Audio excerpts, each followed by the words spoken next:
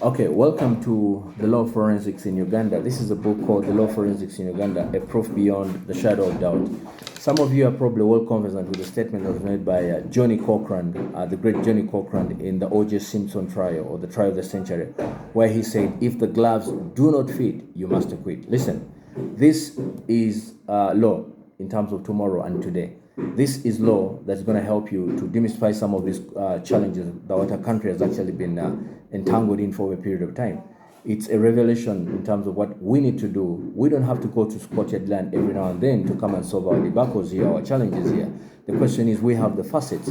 We are teaching the jurisprudence. We're trying to equip ourselves with the jurisprudence that can be able to demystify some of these important components. For example, aspects to do with DNA, aspects to do with sense, aspects to do with the stomach linings, perhaps even digging up bodies and trying to establish whether or not they actually died of particular, allegations, poison challenges in this country where we've seen so many people being poisoned and we have no answers. Aspects to do with the machinery of people who come with borders and shoot people down, ballistic missiles. I discuss all these components in terms of even finding out things to do with tear gas, things to do with preservation of scenes of the crime, things to do with DNA, like I said, STR or PRC, in terms of demystifying those components.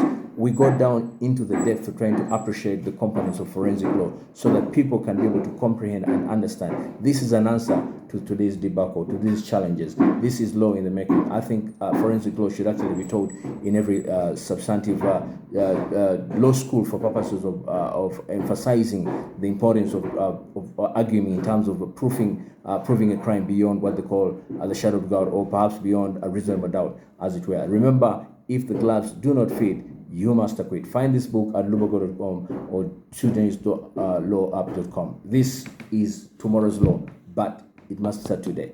Other jurisprudences are using it, other jurisdictions are using it, so it's too late for Uganda if we don't embrace this.